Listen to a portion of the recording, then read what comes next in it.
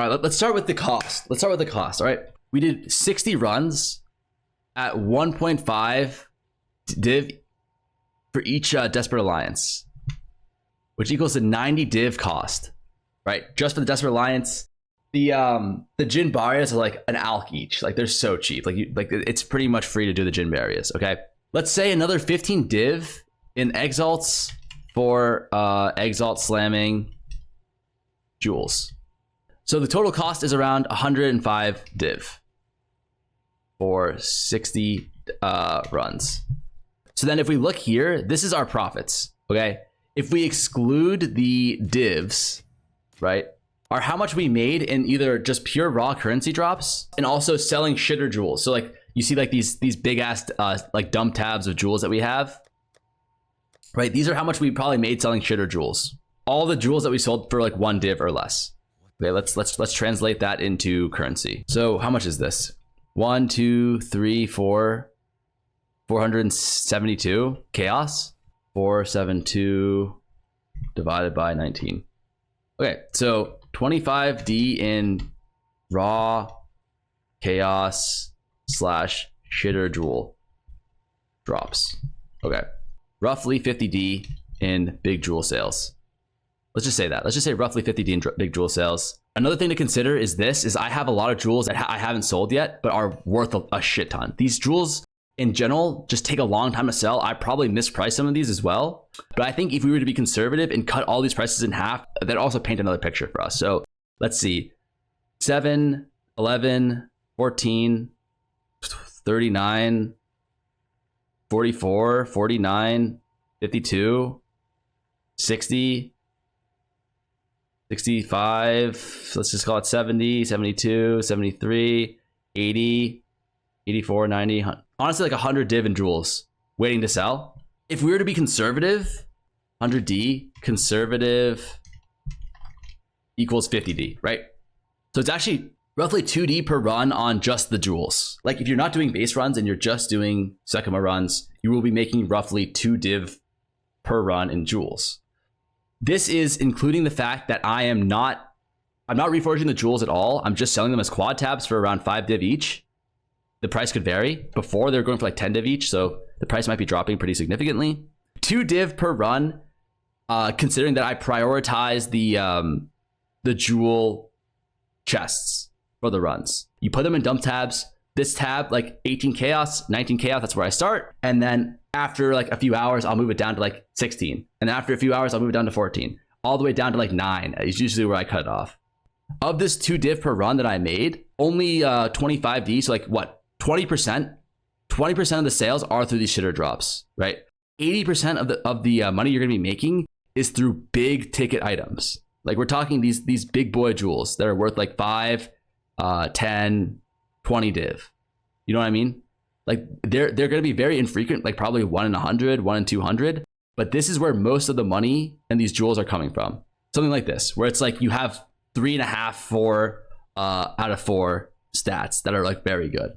Like notable passive is good, lightning pen is good, increased magnitude of damaging ailments with crit is also very good, and attack speed is like mid. Call that like half of a stat. Very, very good jewel. So it's very, very high variance. The 2 div is an average. Realistically, what's going to happen is you're going to be making like you're going to do half a div for like 10 runs, and then 1 run is going to be worth 10 div. Half a div for 10 runs, like 1 run is going to be worth 5 div. Like that's kind of what you're going to expect in terms of your returns for these jewels. Anyways, this is kind of like the small ball area of like where you're going to be making your money.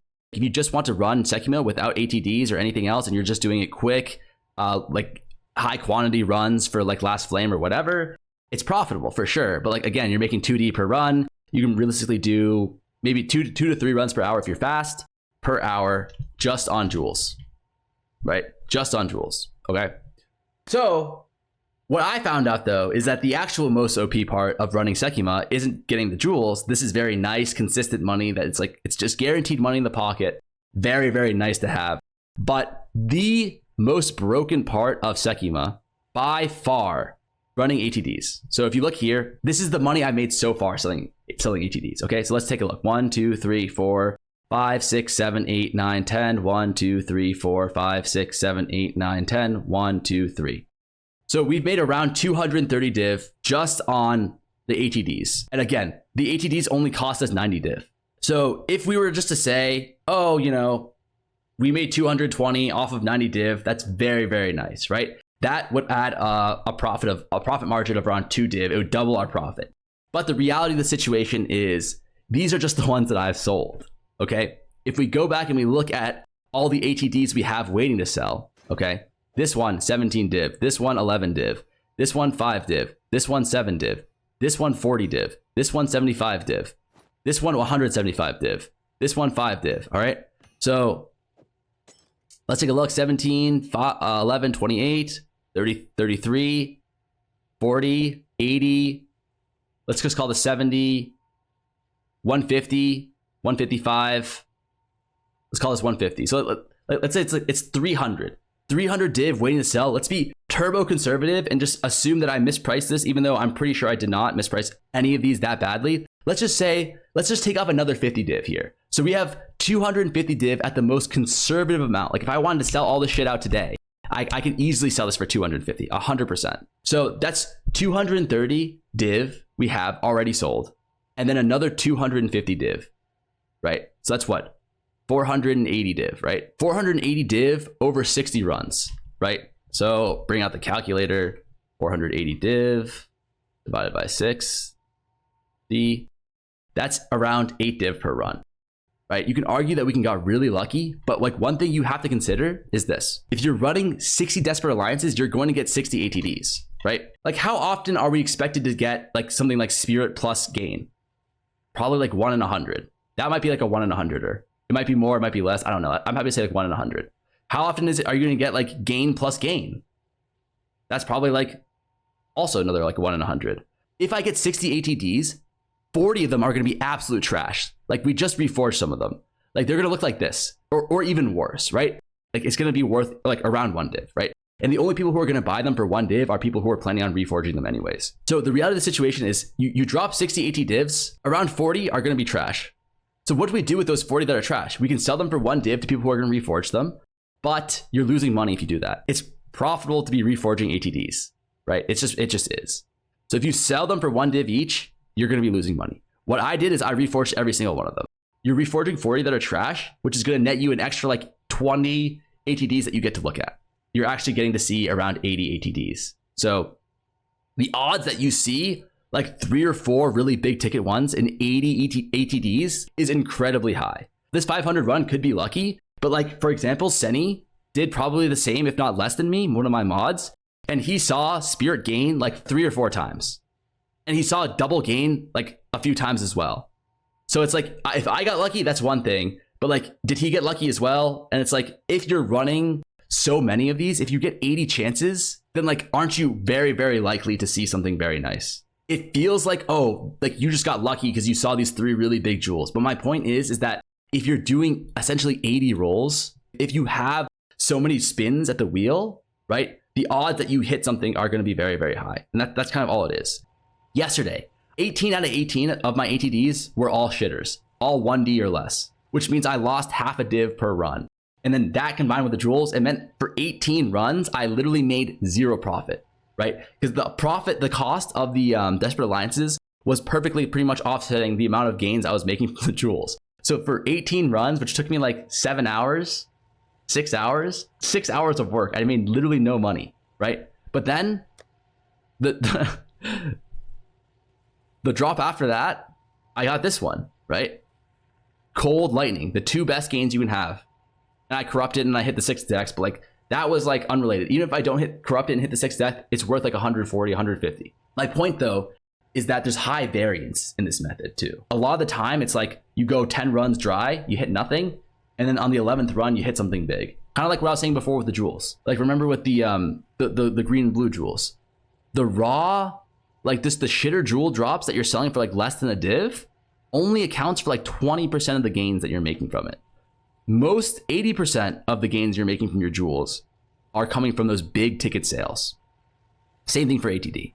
Most of the time, you're going to be losing a little bit of money on the ATD runs, like half a div per run, until you hit a big one. But the relic setup is really straightforward, okay? Very, very straightforward. The most important thing for Sekhema is making sure you don't die. I learned that the hard way. I died many, many times, but the first few times I ran it, it was just terrible, right? Very, very, very bad. And that's because I didn't cap out my res, and I was too busy thinking about the fucking last flame drop and trying to get my quantities up. So the most important thing you need to do, the first stat you need to worry about is capping out your honor res. Even if you have high EHP, you still want to cap your honor res, because with capped honor res, if you've seen any of my runs, I am just straight unga bunga running through traps, blinking through, dodge rolling through, and if I fuck up, I don't care. But like in a way, having capped honor res gives you movement speed as well, because you can just run through everything and you don't need to worry about that. Because most of your profit is actually in the jewels and the ATDs. And I'm gonna have a hot take here. I'm gonna say movement speed is gonna be the second most important thing. And then the third most important thing that like you should do is quantity of relics dropped by monsters. This increases the likelihood you're gonna get a last flame. It's gonna increase the likelihood that you're gonna get desperate alliances. And it's also gonna increase the likelihood that you get blues that are very nice. Like for example, this 1020 relic is probably worth like 25 to 30 div. This 1018 is probably worth like 15 to 20 div. These 918, these are probably like 12, 13 div. But they're very, very rare. Like you'll see one of these like 1 out of every 200 relics. So most people will suggest the relic quantity is like the second most important thing, but I actually think movement speed is the second most important thing. So you want to just finish the runs quicker. The best way to cap your honor res, at least efficiently, like in terms of like not spending too much on the relics, is doing these amphora relics, or like the 1x3 or the 3x1, right? You have 2 of those, they can roll up to, I think 40% honor res. Yeah. With 2 of these, you can cap out your honor res, which is 75, very easily. And that leaves you 4 more of these little baby 1x2 or 2x1 relics, or to get as much movement speed and quant as you can. And then that leaves you this final one to put the Desperate Alliance into, right? So this is what your relics are going to look like for the most part. Maximum honor, which just gives you more like survivability, and also boss damage, which is good if you're running Desperate Alliance. What it does is it makes it so Zarok, the final boss, is 4 times tankier and does 2 times more damage, but the damage doesn't really matter in the end. And the tankiness is the most important part, because you're either going to one-shot him or two-shot him. And if you one-shot him, obviously that's better. That's why having a little bit of bonus damage is good here. I spent like probably 50, 60 div on my relics here, and then like 1 or 2 div here. You don't need to be having 50, 60 divs. Like I said, if you have just 10% MS relics, those are like less than a div each, right? So you could get the same thing minus the relic quantity for around a div or 2. Like you don't need to be spending 50 to 60 div on this. It'll reduce your EV by like 10%, but it's also like, 5 div versus 60 div. Like, can we take an EV reduction of 10%, but we spend 55 less div? Yeah, of course we can. So the last thing I want to go over here is my gear. Most of it's pretty generic stuff. Like I'm playing LS Wind Serpent, so it's broken. Like I have 50D in gear, and I just feel like I can either 1 or 2 shot Zarok with Desperate Alliance in. But the one thing I did want to go over was I have this weapon swap. So in case you don't know, Blink is a 60 spirit ability, right? If you look at my setup here, without Blink, I have 13 spirit left over. In reality, like I don't have any spirit left over because I want to get like cannibalism here. I'm like under my spirit requirements. So there's no way I can actually get Blink on my main hand. And another thing is that like dodge roll is really important for like dodge rolling through traps and stuff like that. Like you get some iframes, and it's really nice to be able to dodge through like the fire traps. So the solution to that is you can do this. If you go to Blink, you see here, I have Blink only used with weapon set 1. And guess what? Weapon set 1 is this weapon set here. So that means I essentially get Blink for free, right? I can still Blink. Now, the OP part obviously is that you get Blink for free. The cherry on top here, though, is that with the second weapon set swap, we have access to something like this wand. It gives us 35% cast speed and +4 all skills. So cast speed just makes it so your Blink is a little bit faster, like the animation, right? And the +4 to all skills makes it so the Blink is higher level, which means you can Blink further away. Unless you're an int build, right? For the most part, you're going to be running a like level 14 Blink because of int requirements. So having this wand is very nice, but even more importantly, we have access to this shield, Crest of Ardura. It gives you 50% CDR, which means that you're able to Blink more, right? And Sekhema is all about speed. So having Blink is super broken just because it essentially functionally gives you more movement speed because you get to travel distances instantly. On top of that, there's also a lot of gaps in Sekhema where like you know, there's like a gap here, and instead of having to run all the way around, you can just blink over the gap. It's pretty nice. So with these two, you're essentially just at the cost of your weapon slot, which most builds don't really need this league anyways. You're getting blink, which is a 60 spirit requirement. Also, you're buffing it pretty significantly with 30 plus cast speed plus 4 skills. This wand costs like less than a div when I bought it. Maybe it'll cost more now. And then Crest of Fedora 50% CDR, which this one only costs like maybe like 10C or 10X when I bought it. So the way it works is if you want to blink, I have weapon swap bound, so like you can just weapon swap, but I think shield raise is actually a faster animation than weapon swap is. So if I want to blink, raise shield, blink, weapon swap, dodge roll. Raise shield, blink, weapon swap, dodge roll. It takes like maybe 20 or 30 minutes to get used to it, but once you do, it's really straightforward and it's so nice to have. Yes, and then lastly, the support gems are just Ingenuity, more CDR, really nice. Second Wind, it allows you to blink twice at the cost of like a slightly longer CDR, but the positives far outweigh the downsides. And Arcane Tempo, again, just more cast speed. In terms of like optimizing the rooms and the boons and the afflictions, I don't really want to get into it too much because I think, you know, a lot of other videos do it, and this video is already getting kind of long. So I'll just go over them really quickly. The rooms in general, the best room is Ritual. It's the fastest. The second best is going to be the Chalice, just because you can blink around the room and you're already so fast. You just blink around, kill the rares, done. The third one is Hourglass. Hourglass could be a lot better, but there's a bug where like 10-20% of the time the rares don't spawn, and killing the rares in the Hourglass room reduces the time by like 15-16 seconds. Gauntlet and Escape are pretty much the same. They're both really bad. You want to avoid those. Sometimes Gauntlet's better, like on some floors and some rooms it's better, and vice versa. But those are generally pretty bad. In terms for like boons and afflictions, the boons you want, like number one, you want Hare's Foot, which is just 40% movement speed. That is fucking nice. Besides that, you just want like intuitive stuff because you're running Desperate Alliance. Zarok is going to be like the only problem really throughout the fight.